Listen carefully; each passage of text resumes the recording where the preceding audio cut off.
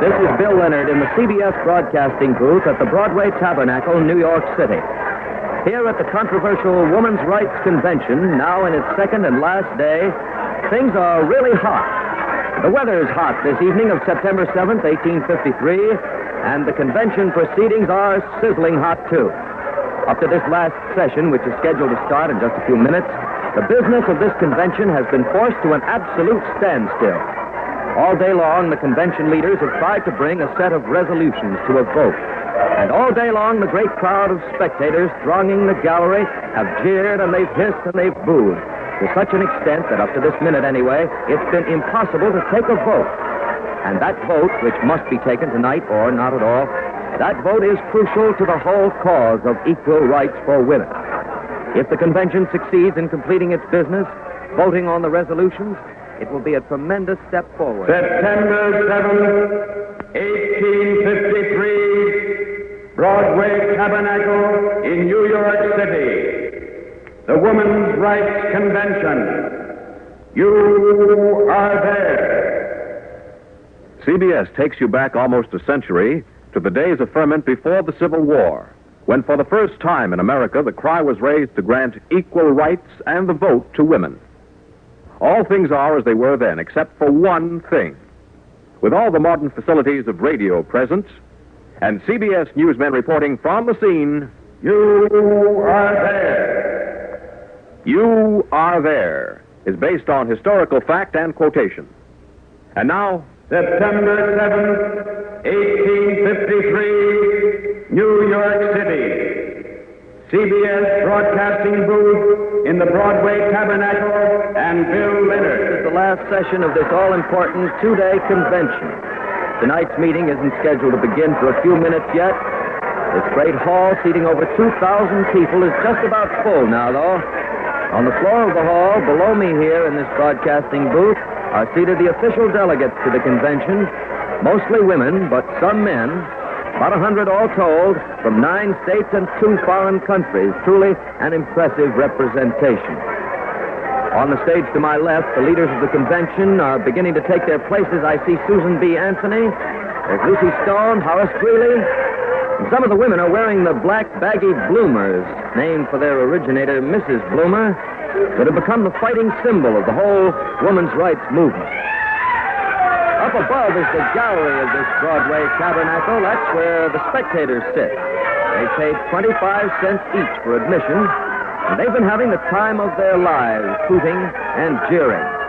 During yesterday's sessions, the crowd seemed good-natured enough, but when it came time earlier today for the convention delegates to vote on the all-important resolutions, which clearly declare that women should have specific equal rights with men, then the mood of the spectators changed. They prevented a vote by drowning out the chairman with a roar that was definitely angry, definitely threatening. Now there seems to be some activity down on the rostrum. Mrs. Mott is... No. Oh, wait a minute. Mrs. Rose is coming forward to call the convention to order. Mrs. Mott has left the stage. Funny.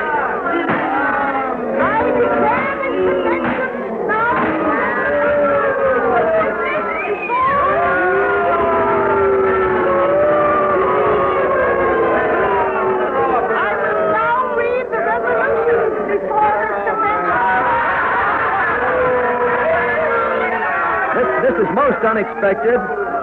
Most unexpected. Mrs. Mott, who has presided over the convention since it began yesterday morning, is not presiding over this evening's session. No, she has left the platform, and Mrs. Rose, Mrs. Tennessee Rose, is now rereading the resolutions.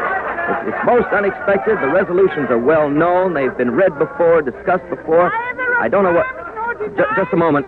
Of her intellect with man. Larry LeSueur has just signaled me that he is with Mrs. Mott in a room backstage. Perhaps we can find out why Mrs. Rose, instead of Mrs. Mott, is in the chair and why the resolutions are being reread. So, down to Larry LeSueur.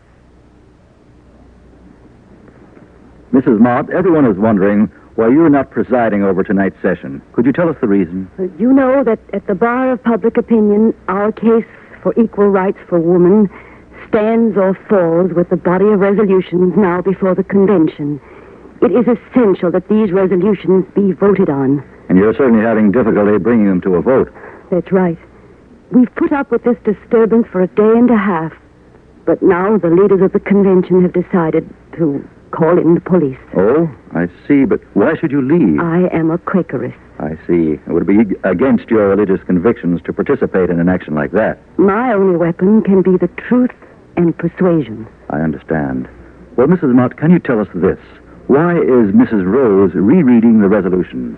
The others felt that until the police arrive, we should give the crowd no provocation for violence by trying to press the voting at this time. I see. That certainly answers the question everyone is asking. The call for the police and the rereading of the resolutions, unfortunately, these are the tactics we must use to try to secure a positive conclusion to this convention.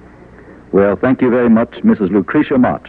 And now back to Bill Leonard in the CBS booth overlooking the floor of the Women's Rights Convention. When I was returning... There we have it. That's the reason Mrs. Mott turned the chair over to Mrs. Rose. These women's writers are calling for police protection. Looks like a last-ditch attempt to complete their business to vote these resolutions. Right now, down there on the stage, Wendell Phillips of Boston is speaking. The police haven't arrived yet. At least I don't see any sign of them. The crowd's listening, and laughing. And now, Don Hollenbeck, out in the lobby of the Broadway Tabernacle, tells us that Isaac Cray is just arriving. Mr. Cray is known as one of the most outspoken antagonists of the whole women's rights movement. So, out to the lobby now, and Don Hollenbeck. Mr. Prey, would you care to give us your opinion of this convention? You've been following the women's rights movement closely for some time now. My opinion is on record. Now, if you... Yes, of course, sir, Mr. Prey. About that Seneca Falls convention 5 years ago when you called it the Woman's Wrong Convention, I remember. Yes. I think you even called the women who organized that convention, you called them socialists. You said they deserved a straitjacket, a term in jail. My opinions seem to have made quite an impression. Now, if you'll excuse me, just one moment, please, Mr. Prey, about tonight's session. Do you think the spectators will permit the convention to complete its business? My dear sir, what happens here tonight may well be decisive, may well be a turning point from this movement. That is why I am most anxious to get inside.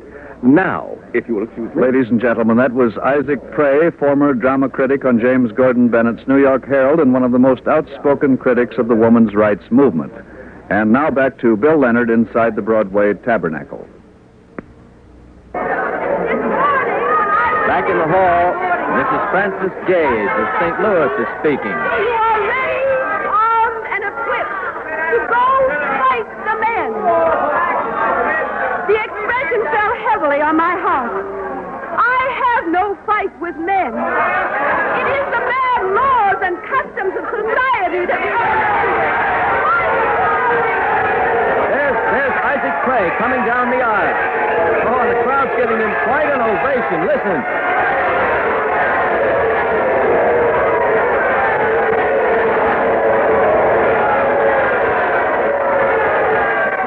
And here come the police. They're coming through the door to the left of the stage. And... watch it now. The crowd's quiet. Watching. Now, this is mighty strange. Only 2 constables have come into the Broadway Tabernacle to cope with this huge crowd. Just 2 of them. Perhaps the others are waiting outside. No, we've just learned there are no more police on the way. No more. Well, that's it then. 2 constables to maintain order over a crowd of 2,000-odd people. The women's leaders on the stage are conferring on this sudden turn of events. Now, Mrs. Rose, the chairman, is moving up to the rostrum. He's talking to Mrs. Gage, who steps aside. Mrs. Rose is about to speak to take you down to the rostrum. Ladies and gentlemen, your attention, please. This convention stands in recess for 5 minutes. You've heard that announcement. The convention will be in recess for 5 minutes. I imagine the recess is to give the convention leaders time to decide what they'll do next. Whether indeed they dare bring those resolutions to a vote with only 2 constables present. Now, in the few minutes left before we see which way the wind will blow, Here is Ned Calmer with a background report on this Women's Rights Convention. All this agitation in America for women's rights developed out of the abolitionist movement. A handful of women were determined to do what they could to help end slavery in the South. They very quickly discovered, of course, that there's considerable resistance to women speaking out on public affairs. All through the 1840s, they were forbidden the use of halls and pulpits. In some cities, they'd been pelted with eggs and vegetables. The body of laws and customs which these women's writers oppose is, of course, by now well known. Women cannot vote. All a married woman's property and license by law belongs to her husband. Women cannot go to college, and so cannot enter any of the professions, and so on and so on. Some of these laws and customs quite obviously work inequities, and the public discussion which the women's rights movement has launched is now very warm indeed. This afternoon, CBS reporter Don Hollenbeck interviewed a few New Yorkers at random on these questions. And here now, by tape recording, is Don Hollenbeck. I'm standing at the corner of Broadway and Pine Street in the business district of New York City, and with me is Mrs. Georgiana Tappan of this city. Mrs. Tappan, would you please... I think this whole business of women's rights is ludicrous. Oh, and would you tell us why you think so, please? It's like Mr. Tappan says. What would happen in the barnyard if all the hens decided to crow? Yes, I see. Well, I take it then you will not be in attendance at the Broadway Tabernacle. I wouldn't soil my skirts. Skirts, you'll take note. I'll never wear those ugly bloomers. Those women should learn only one thing, that it's woman's place to bear children and cook meals. And that's all. Thank you very much, Mrs. Tappan. And now another lady is standing here at the microphone. Your name, please? I'm sorry, sir. I'd rather not tell my name. Well, of course, if you'd rather not. But tell me this. Do you have any ideas about this women's rights convention going on now? I'll tell you why I daren't say my name. I have a job down here on Pine Street. Oh, I see. I have 2 children, and I have a husband who spends all his earnings on drink. Yes, If he finds out I'm working, he'll be down to my boss in a second and take all my wages. And I need all I can earn to care for my children. Of course. So if these women are trying to do something about my husband not being able to take my wages, I'm all for them. I see. But then I guess I really don't know much about these things, and excuse me, sir, besides, the men would never stand for it, and that I'm sure of. This is Ned Calmer again. The tape recording you've just heard indicates at least one positive fact, that most New Yorkers are keenly aware of the sessions of this convention. Every newspaper in town is giving it front-page attention. And there's no question but what the convention sponsors hope to take advantage of the crowds now thronging New York City from all over the country and from many foreign lands here to see the World's Fair in order to enlist the widest hearing and sympathy for the cause of women's rights. They've tried, but now I see that Mrs. Rose is about to reconvene the session, so over to you, Bill Leonard. Ladies and gentlemen. The recess is Ladies over. and gentlemen. Mrs. Rose is pounding the gavel. The recess is over. And I hold this convention once more in session. Please, ladies and gentlemen. Order, please. The crowd here is slowly quieting down. They want to see, of course, what steps the convention leaders have decided to take. Delegates are sitting down there calmly, their eyes riveted on the platform on Mrs. Rose. The crowd's quiet now. Here's Mrs. Rose. Delegates of the Women's Rights Convention, we will now proceed to put the resolutions to a vote.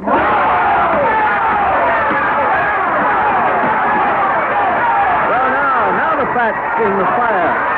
It's clear the convention leaders have decided to push the vote right now, come what may, to go ahead in the face of this angry, this threatening crowd. To go ahead without any real police protection, just those 2 constables. Now, just a moment. Mrs. Rose is stepping aside, and Susan B. Anthony is coming forward.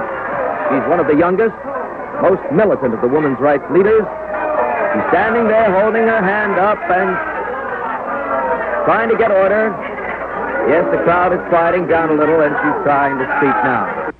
Ladies and gentlemen, is there no appeal to your hearts if not to your reason? We have come from great distances to attend this convention. Let us finish our business peaceably.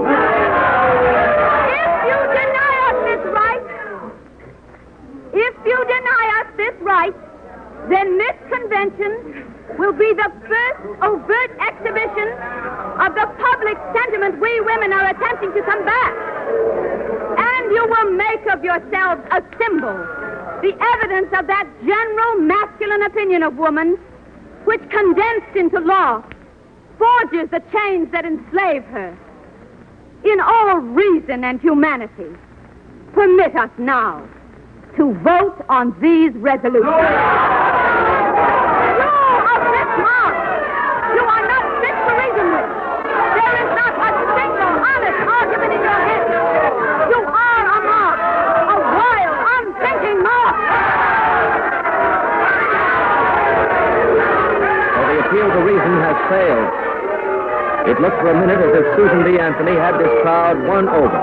But they just won't allow any mention of voting on those resolutions. The crowd, you can hear them. They're going wild. They're shouting. They're screaming. The delegates are showing signs of strain. And now I see 6 delegates have gathered their belongings and they're leaving the hall. Now, wait a minute. Here comes Sojourner Truth. Sojourner Truth, whom they call the Libyan Sybil, a well-known Negro woman, once a slave herself, and now a fighter against slavery. She's a big, impressive-looking woman, tall, and she's just standing there on the platform. She's not moving a muscle, just standing there with great strength, great dignity, waiting for the crowd to quiet down. Sojourner Truth is bringing this crowd to order without saying a single word. Now she's about to speak. I come here tonight because I wanted to tell you why women should have equal rights with men. But now I am here.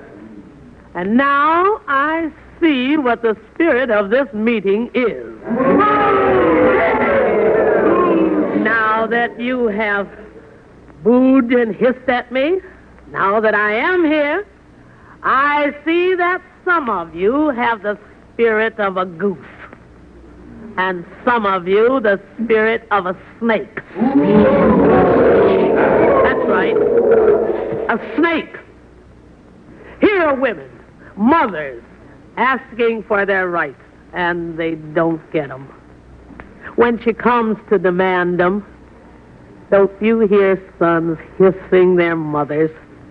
Because she is asking for her rights. I'm around watching these things. I wanted to tell you a mite about women's rights. But instead, I'm going to sit here. And every once in a while, I will come out and tell you what time of night it is. Well, there's the most amazing turn of events in this amazing women's rights convention. Just as things seem to be getting completely out of hand, Sojourner Truth brought this crowd into line by a sheer dignity of bearing, by her withering contempt for the behavior in the gallery. Here comes Mrs. Rose. Oh, wait, now here's something. A tall man wearing a high silk hat is climbing up onto the platform from the floor of the hall. I don't know who he is, but there's nothing... Just a minute, boys. To keep him from Down, speaking, boys. Give me a chance to speak my mind. My name is Root. Dr. H.K. Root of New York City. Now, a lot of these women's rights females have been calling us names. Miss Anthony says we're a wild, unthinking mob. She says we don't have any good reasons for stopping them here tonight. Well, I want to give a couple or 3 good reasons why a woman should stay where she belongs, in the home. Seen but not heard, if that's possible.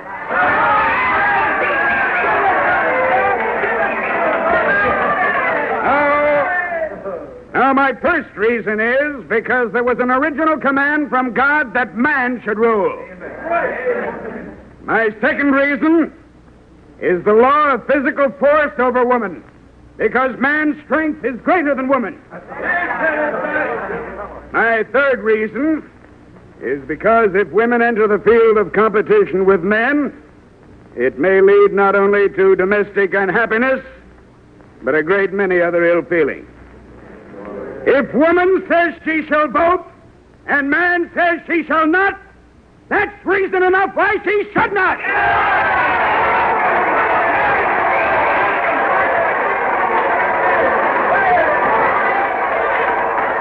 But let me tell you this. These women know what they're doing. This set of resolutions, that's only the first step. You let them get away with that, and before you know it, they'll be running the place. Running every last man like a puppet. This is a serious thing happening here tonight. Don't let them get away with it. We came here tonight to stop them. Let's stop them. Ladies and gentlemen, this may be it. Dr. Root, Dr. H.K. Root, has called on the crowd to end this women's rights convention once and for all. Every person, everybody in this hall is on his feet. I don't see the constables anywhere now. Some of the men in the gallery are rushing down the floor of this hall. No telling how this will end. It doesn't look good. The women's rights delegates look bewildered, frightened. And now Isaac Clay is mounting the platform. Isaac Clay, the man noted for his attacks on the women's rights movement. This could be the final straw. The atmosphere here in Broadway Tabernacle at fever pitch. An incendiary speech from Isaac Clay could bust this place wide open. The crowd's cheering him. Listen to him.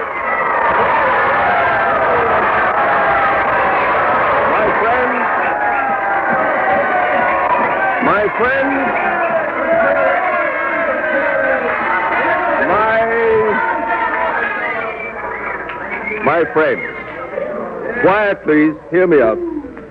My friends, I believe I am known to many of you here. You know me as a constant opponent of the persons seated on this platform. I have lent my pen to countless articles condemning the women's rights leaders and the women's rights movement.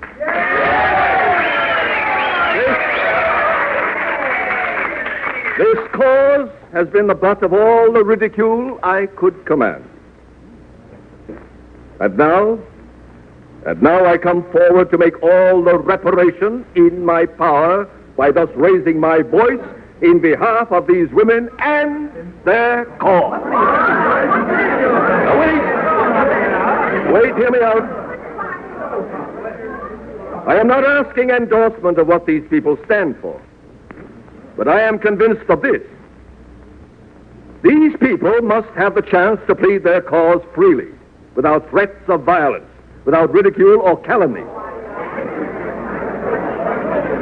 How will it be with us if a cause, because it is a minority cause, an unpopular cause, is to be permitted no hearing? We would be a sick and intolerant nation indeed. I tell you this. Before I came here tonight, I had never met or seen a women's rights leader face to face. But tonight, I have seen these people and heard them. I have seen them betrayed. Yes, betrayed by the mayor of this city, who, I happen to know, had promised them adequate police protection to complete the business of their convention. I have seen them threatened and brought by you up there in the gallery, you citizens who have been seduced into the show of violence. I confess publicly that I have helped in this seduction. And tonight I have seen the delegates down there torn apart by doubt, tormented by 1,000 pressures. I have seen the convention leaders heroically trying to complete the business of this convention in the face of all these obstacles. I have been impressed by their sincerity, their dedication, the clarity of their appeal for fair treatment. And I tell you this, these people must be permitted to put their resolutions to a vote.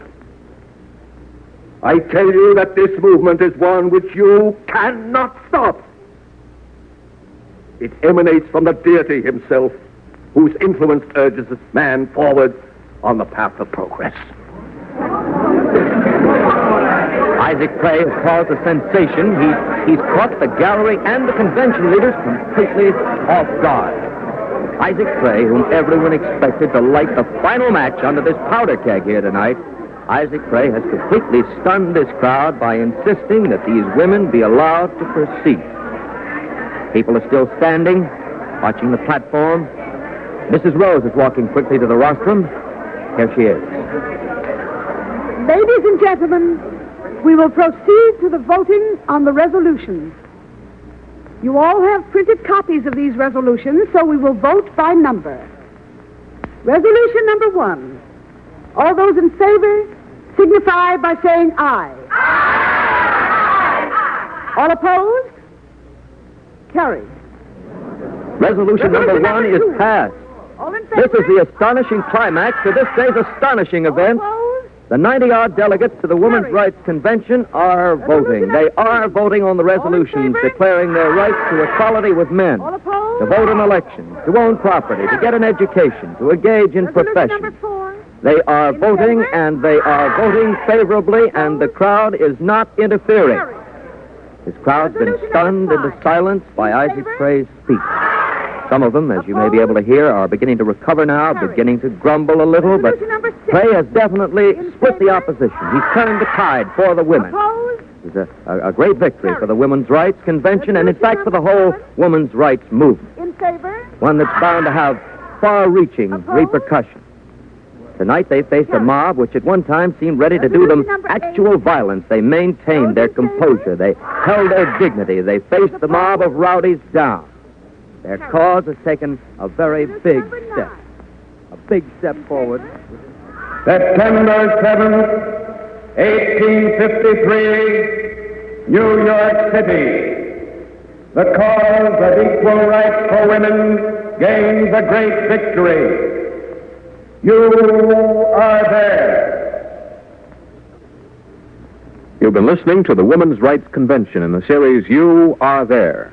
Today's program was written by Jane and Peter Lyon, directed by Mitchell Grayson, and produced by Sam Abelow. Irving Gitlin was script editor. You Are There is a presentation of the CBS documentary unit under the supervision of Werner Michel. Today's cast included Grace Matthews, Minerva Pius, Ruth York, Leslie Woods, Amanda Randolph, Guy Sorrell, Charles Webster, and Burford Hampton. You Are There is brought to you every fourth Sunday. The next broadcast will be heard 4 weeks from today over most of these same CBS stations. Next month, December 16th, 1773, the Boston Tea Party. American colonists strike a powerful blow for the cause of independence. You are there. next week at this time, Bill Tabbert and Alfredo Antonini will be back on the stage of the Main Street Music Hall with today's hits and the great favorites from past years. Join the fine young singing star of South Pacific, Bill Tabbert, and Alfredo Antonini's 40-piece music hall orchestra next week, when most of these same stations bring you another program from the Main Street Music Hall. CBS also cordially invites you to hear Guy Lombardo Time and the music of Percy Faith and his orchestra on most of these same CBS stations every Sunday night this summer. This is CBS. Hear Horace Heidt every Sunday night. The Columbia Broadcasting System.